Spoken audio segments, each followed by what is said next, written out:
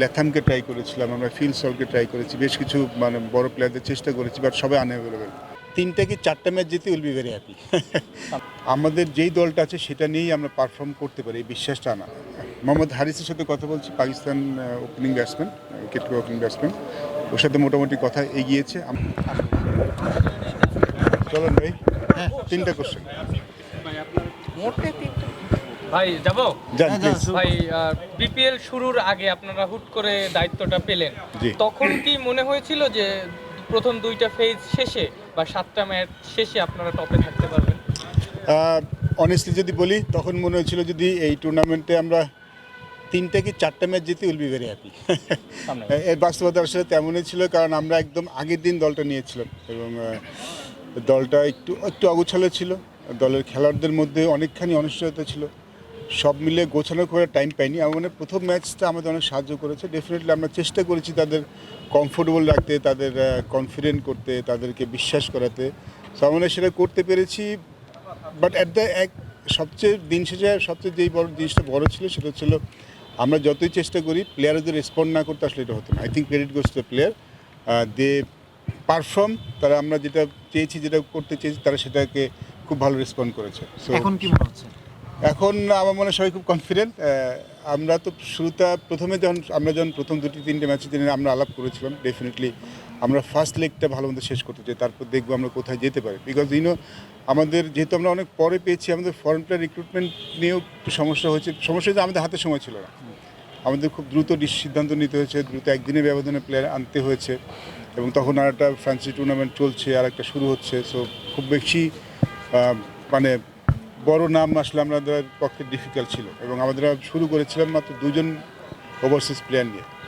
তো আমরা চেষ্টা করেছি একটা জিনিস সবার ভেতরে আনতে, যে আমাদের যেই দলটা আছে সেটা নিয়েই আমরা পারফর্ম করতে পারি, এই বিশ্বাসটা আনা। আমরাও সেটা করতে পেরেছি। বাট এখন দলটা বেশ গোছানো, আমার মনে হয় সবাই খুব কনফিডেন্ট। আই নো যে আদার টিমস আর গেটিং বেটার, অন্য টিমগুলো ভালো হচ্ছে, তারা সবাই নিজেদের গুছিয়ে নিয়েছে, এবং যখন টুর্নামেন্ট করায় সবাই আস্তে নিজেদের খেলা ধরতে পারে। আমাদের কাজটা আরও ডিফিকাল্ট হবে সামনে।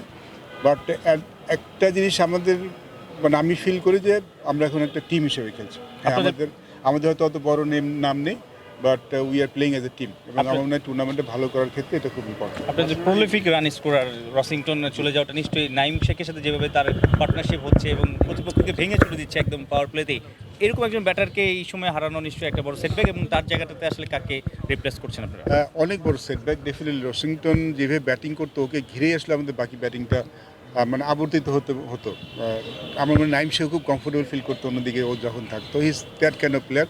ও না থাকাটা আমাদের অনেক বড় সেটব্যাক। বাট আমরা এটা নিয়ে আসলে খুব বেশি ভাবছি না, কারণ এটা নিয়ে আমাদের আর কোনো অপশন নেই, আমাদের রিপ্লেসমেন্টও নিতে হবেই। আমরা বেশ কিছু রিপ্লেসমেন্ট চেষ্টা করেছিলাম, বাট আনফর্চুনেটলি যেটা হচ্ছে আইলের পরে অনেকে বিশ্রাম নিতে চেয়েছেন। আমরা ল্যাথামকে ট্রাই করেছিলাম, আমরা ফিল সলকে ট্রাই করেছি, বেশ কিছু মানে বড় প্লেয়ারদের চেষ্টা করেছি, বাট সবাই আনঅ্যাভেলেবেল। এই মুহূর্তে আমরা মোহাম্মদ হারিসের সাথে কথা বলছি, Pakistan opening batsman, wicket opening batsman, ওর সাথে মোটামুটি কথা এগিয়েছে। আমরা আরও একটা নামের সাথে কথা বলছি, বাট সম্ভবত হ্যারিস চলে আসবে। তারপরেও যদি আমরা আরও একটু দূরে যেতে পারি কোয়ালিফাই পেতে, তাহলে হয়তো আমরা চেষ্টা করব আরও কোনো খেলোয়াড়দের যিনি গেম চেঞ্জার। ভাইয়া, পেমেন্ট ইস্যুটা যদি বলে, অনেক দলই পেমেন্ট করে ফেলছে আমরা দেখতে পাচ্ছি, আবার অনেকগুলো দল হচ্ছে কিছুটা পেমেন্ট করার পরে প্লেয়ার চলে গেছে। সেটা চট্টগ্রাম রয়েলসের পেমেন্ট সিস্টেমটা এখন পর্যন্ত কীরকম পেমেন্টের স্টেট, এবং প্লেয়াররা স্যাটিসফাইড কিনা, আপনারা স্যাটিসফাইড কিনা টিম অর্গানাইজেশন? আমরা ভেরি মাচ স্যাটিসফাইড। দেখুন, পেমেন্ট মেথডটা যেটা চট্টগ্রাম রয়েলসের পেমেন্ট মেথড, সে বিসিবি পেমেন্ট করছে, আপনি জানেন। আর বিসিবির পেমেন্টে যেটা অনেক পেপার ওয়ার্ক থাকে, মানে ফ্র্যাঞ্চাইজি যেটা হয় যে মালিক পক্ষ চেক দিয়ে এলো, সবাই টাকাটা পেয়ে গেল। কিন্তু বিসিবি তো আসলে এইভাবে কাজ করে না, বিসিবির অনেক পেপার ওয়ার্ক থাকে। বাট ওয়ান থিং প্লেয়াররাও জানে, গ্যারান্টেড মানি ফর শিওর। হয়তো যেহেতু প্রসেস করতে একটু সময় লাগে এবং সব কিছু অন পেপার হয়, সেটা জন্য হয়তো, এবং ব্যাংকের ট্রানজ্যাকশন থাকে, সেটা করতে হয়তো সময় লাগে, যেহেতু আমরা ক্যাশ পেমেন্ট দিতে পারি না। তো সেই ক্ষেত্রে হয়তো সময় লাগছে, বাট এভরিওয়ান নোজ দ্যাট তাদের টাকাটা গ্যারান্টেড। আমার মনে হয় এই স্যাটিসফ্যাকশনটা, এই যে কনফিডেন্সটা প্লেয়ারদের জন্য খুব ইম্পর্টেন্ট, এবং তারা এটা নিয়ে আসলে কেউ চিন্তা করছে না। কারোটা পেমেন্ট এখন যায়নি। পেমেন্টটা যেহেতু আমরা পরের দিকে পেয়েছি, আমাদের কন্ট্রাক্ট পেপার সাইন হয়েছে, মানে সব কিছুতে ইন অর্ডার যেতে হয় বিসিবি। তো সেক্ষেত্রে প্রবলি এই উইকের মধ্যেই ইট স্টার্টেড, মানে প্রসেসিং শুরু হয়েছে। সম্ভবত এই উইকের মধ্যেই তারা সব পেমেন্ট পেয়ে যাবে। বাশার ভাই, এই যে বিপিএল নিয়ে ব্যস্ততা, বিপিএল নিয়ে কথা হচ্ছে, সবার তো আলটিমেট গোলটা বা মিশনটা টি-20 বিশ্বকাপ। এই যে টি-20 বিশ্বকাপ নিয়ে এত রকমের আলোচনা, প্রপাগান্ডা, এত রকমের নিউজ, কোথায় যাবে টিম বা লিটনটা যাবে সেটা এখনও তারা জানে না। এটা নিশ্চয়ই প্লেয়ারদের ব্যাক অফ দ্য মাইন্ড একটা টেনশন, একটা ভয়, সব কিছু মিলিয়ে কাজ করতে হবে। এটা পারফরমেন্সে যদি বাংলাদেশ বিশ্বকাপে যায়ও, নিশ্চয়ই পারফরমেন্সে কি এটা পড়বে কিনা, মানে একটা প্রভাব পড়বে কিনা? আই হোপ নট, কারণ এই জিনিসটা আসলে যেটা আমাদের হাতে তো নেই, প্লেয়ারদের হাতে নেই ডেফিনেটলি।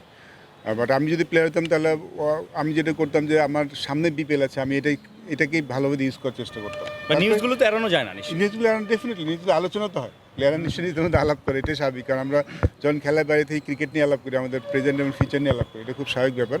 বাট আমার মনে হয় প্লেয়াররা দের অল প্রফেশনালস, তাদের এই মুহূর্তে আসলে বিপিএলটা নিয়েই চিন্তা করা উচিত, যেহেতু আমাদের একদম শেষের দিকে চলে এসেছি। এই সময় দলগুলির পারফরমেন্সটা, রেজাল্টসটা খুব ইম্পর্টেন্ট হবে গোয়িং ফরওয়ার্ড। সো আমার মনে হয় তারা এখন এই চিন্তাই করছেন, তারপর দেখা যাক আমাদের কী হয়, সেটা আমরা নিশ্চয়ই দু একদিনের মধ্যে জেনে যাবো। বাশার ভাই শান্ত একটা কথা প্রতিবারে ওয়ার্ল্ড কাপের আগেই আমাদের কিছু না কিছু ঘটে এবং উনি যেটা বলেছেন যে ওটা তাদের প্রভাব পড়ে, এইটা কি আসলে আমাদের অনেক বড় একটা সেটব্যাক কিনা যে প্রতি ওয়ার্ল্ড কাপের আগে এরকম আমাদের কিছু না কিছু থাকে?